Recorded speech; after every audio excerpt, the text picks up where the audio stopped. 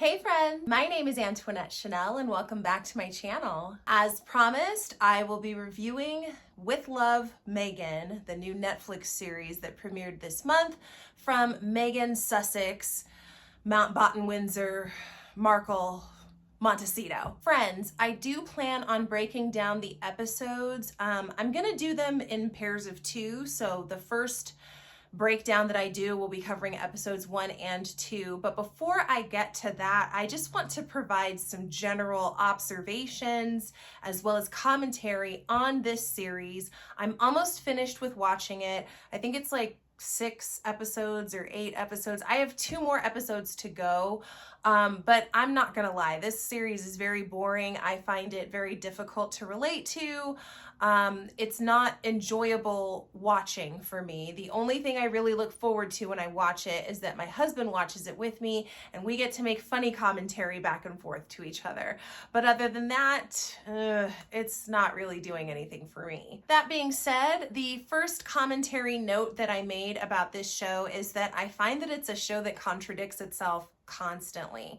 So the host implies that she harvests honey and picks fresh produce and cooks lavish meals daily while dressed in thick linen blouses with huge puffy sleeves or with a sweater tied around her shoulders or wearing a silk satin maxi skirt, just all sorts of impractical imagery that I do believe absolutely came from the heart and mind of Meghan. And of course, we can't forget the full face beat and the pounds of hair extensions that she has dangling over all of the food and utensils as she's preparing these dishes. It's not about perfection, she says, as she traipses around a rented farmhouse and picks produce from what looks to be a nursery garden. Not to mention that the cookware that Meghan uses in the kitchen looks like Le Creuset. I'm sure I'm not pronouncing that right. It's probably Creuset or something French sounding like that, but you know the brand.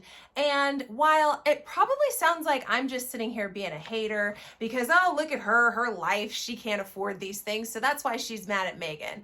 Actually, no. I mean, Meghan's definitely in a different tax bracket than I am, for sure, but I don't resent her for that.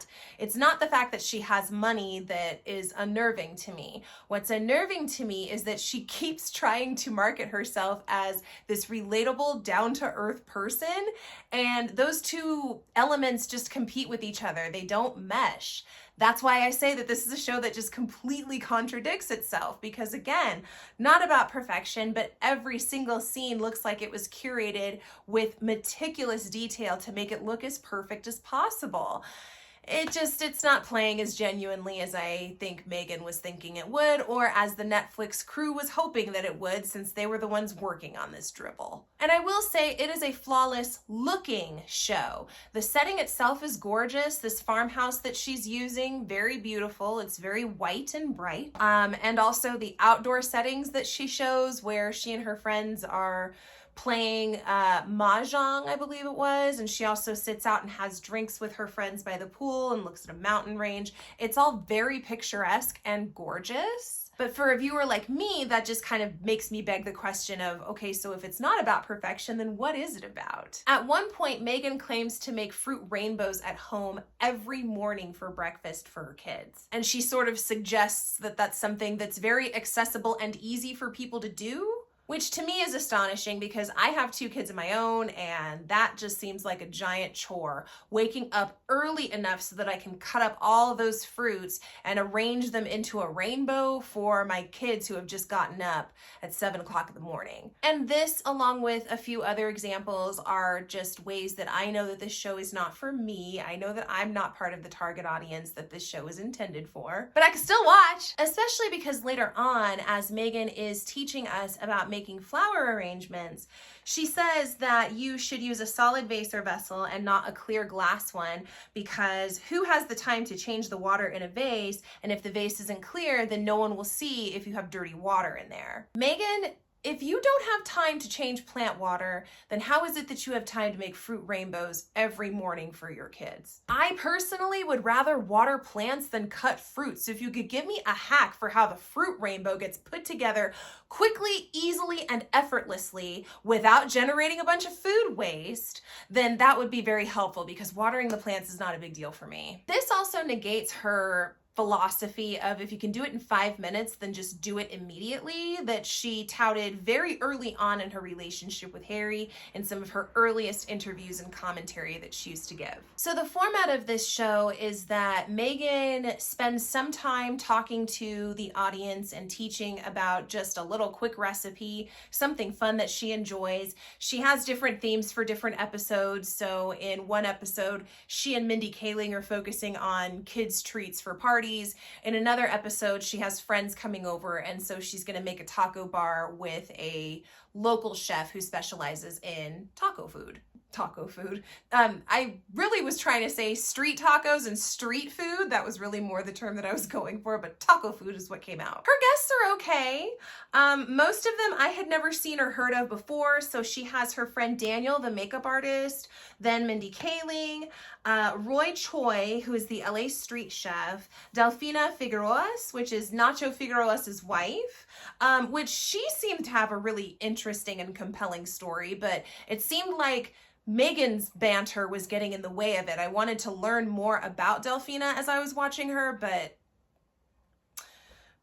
Abigail Spencer, who was with her on Suits, and then Kelly Zajfin, I don't know who she is, but I believe that's the woman who she was on the red carpet with when she went to the Children's Hospital event, where she was like posing all weird on the red carpet. And then the friends that she has over for the Mahjong taco night, I did not record all of their names. They did not look familiar to me though. So I had not seen these women's faces before. Not to say that I'm the biggest reference when it comes to Hollywood people and the who's who of Montecito, but they didn't look like anybody I recognized. The names didn't look like any that I recognized, but these were people who were billed as friends of Meghan and also being business owners and entrepreneurs in their own rights. The friends that she invites on don't seem to be as close with her as the way that she wants to sell it. So every time an episode starts, she starts telling us all about the personal connection she has to the guest or guests that she's having over that day. And it just all comes across as very forced, very contrived, and very carefully calculated to sort of negate some of the headlines that have surfaced as of late about Meghan not being that good of a friend, and also just not being somebody who people want to be around. I made a note here that her friends seem more like paid actors. This whole thing seems so scripted, but what's interesting is that it's being sold to us as something that's not scripted.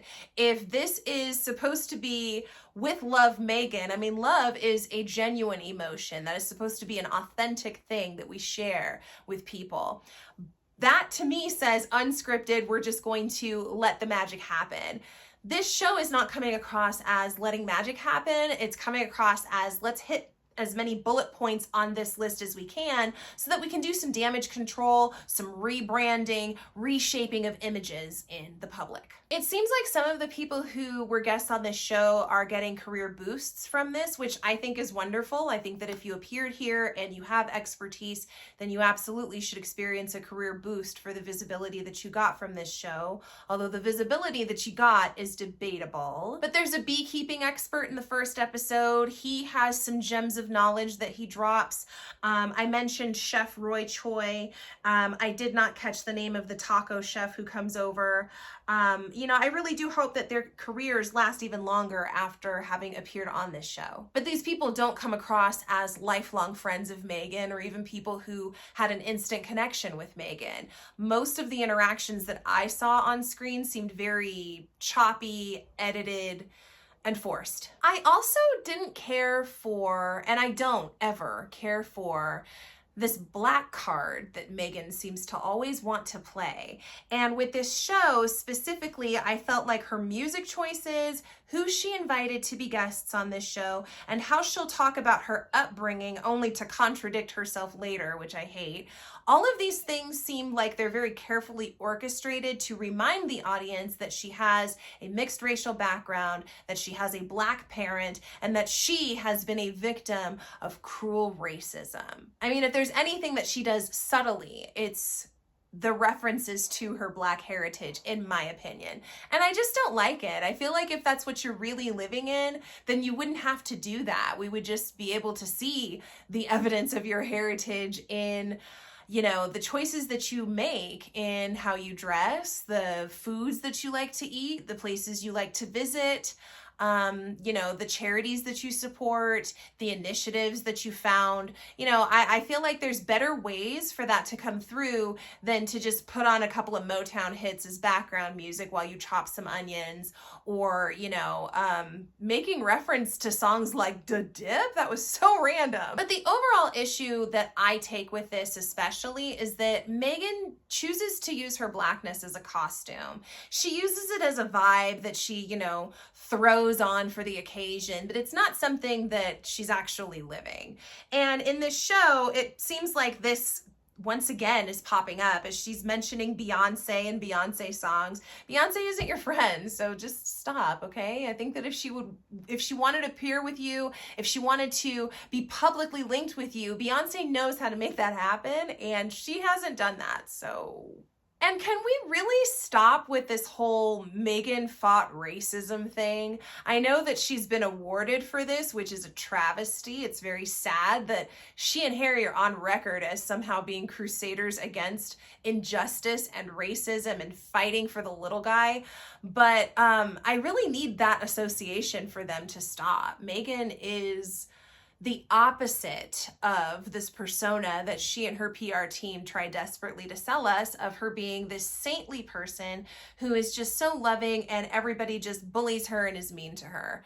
No, and that can't be the case with everybody. Notice how in multiple settings that Meghan has been in, she's talked about how she was mistreated. They mistreated her on Deal or No Deal because they objectified her. They mistreated her at UN Women, and that's why she didn't want anything to do with them anymore. You know, they mistreated her in the royal family. They just mistreated her. The press, the people in Britain mistreated her. It's always the same. And then whenever anybody comes out with any sort of tangible proof that no, Meghan is the person who is mistreating people, then suddenly she wants to cry about racism and bullying on the internet and how, you know, there are things that are more important than being petty right now. Except, honey, you are the queen of petty, and we can all see it. I'm also not buying into this idea that she has always had a love for cutting up fresh produce and for beekeeping and for arranging colorless flowers into ugly flower centerpieces. I don't believe that this is something that she's always been passionate about.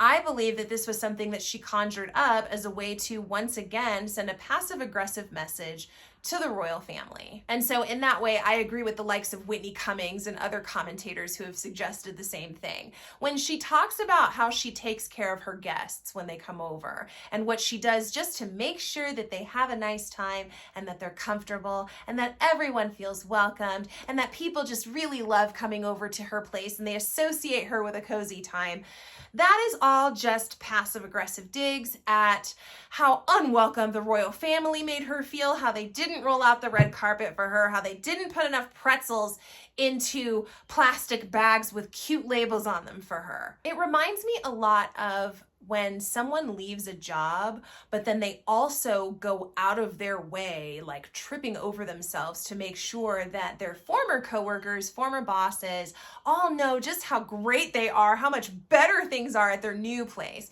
You know, so through over-the-top updates on LinkedIn, or, you know, pictures on social media, or just randomly showing up at the same conferences or luncheons or things like that as what you know these people are going to be at. You know, it's just all of this extra effort to try to control what other people are thinking about. And it's Well, like I said, a lot of this stuff comes across as impractical and exhausting, and that's yet another thing that I just don't have the time or the energy to do. You know, and dragging and joking aside, if you are that concerned with making sure that somebody misses you that much, or they know just how great you were, or just how much they're missing now, chances are you are probably missing that within yourself. So when it comes to your sense of self, your self-worth, your self-love, if you are trying to convince other people that you are just so great and so worthy, then you probably need to be telling that to yourself. That is what your mind and heart are missing. And you need to give that to yourself. That is your heart, your inner child, your little soul person crying out for your affection. And so by all means, you don't need anybody else's permission to do that. You should love yourself. And I think that if Meghan loved herself, then this show wouldn't so much be about how she makes other people feel comfortable and all of the ways she loves on her friends and she's such a great hostess, but maybe more about how it's a struggle sometimes taking care of 2 kids and taking care of a household while being married to a prince. But that's not an angle that she would ever take. That's not glamorous enough. And I think these days what Meghan as well as Harry are both suffering from is this idea that they left and nobody really stopped them. I mean, for a time, Charles, the Queen, you know, even William tried to intervene and speak to Harry and tell him that, you know, maybe you should think about this. Maybe you should take a few moments before you decide to do something drastic. But Harry didn't want to hear it. And Meghan, of course, was not interested in anything that took away from her ability to manipulate and control the situation, which meant controlling Harry. But now I think that they're seeing that this whole storm off, the leave out, and the space that's been created through Megxit, I don't think that they're coming out with a net positive because of this. I think that their brands are both hanging on by a thread, seemingly because they've convinced the executives at Netflix that these two are worth a damn, that people want to watch them, that they have something that draws audiences.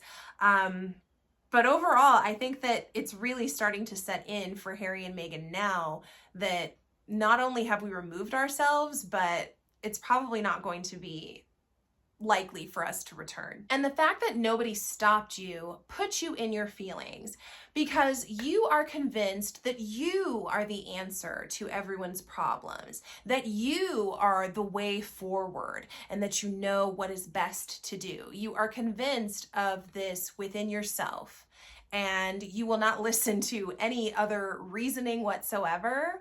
And that's put you on this path that has led you on a massive ego trip. But your ego is fragile. Your ego is so fragile that you couldn't even stand to walk into events behind Catherine. You tried to become her bestie to try to circumvent some of that, but she didn't want to be friends with you. She sniffed you out right away. And that pissed you off even more, which is why you feel the need to regale us about all of the ways that she mistreated you and that you went out of your way to just be this fun-loving, open, carefree person and that she and William were just so mean. Except when you give us a chance to look at you, you know, observe you in your natural habitat of Montecito, you don't come across as carefree and fun and all of those wonderful things that you want us to believe. You come across as very rigid and stuck up, and that you like telling people what to do. You love ordering people around. You're condescending to people who you claim to be your friends. And anybody who dares to question, dares to say, hey, this doesn't seem to match up, then you send your whole army of goons after them to protect you and cry racism on your behalf. And I'm not just talking about the show. Even when you are traipsing around in front of school children, you don't seem like fun. When you are darting out of award shows early, right after you get your honors, you don't seem fun. Not when you're being interviewed for CBS Sunday mornings, not even when you're walking the red carpet with your friends. Meghan's former friend was quoted as saying that Meghan needs LA more than LA needs her. LA people feel she's played them. I think that her number is definitely up, and this show is not going to help in her public profile, her branding whatsoever.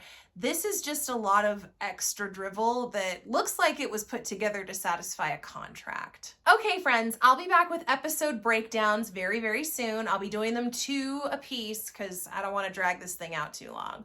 But please make sure that you are subscribed to this channel so that you don't miss those videos when they go up.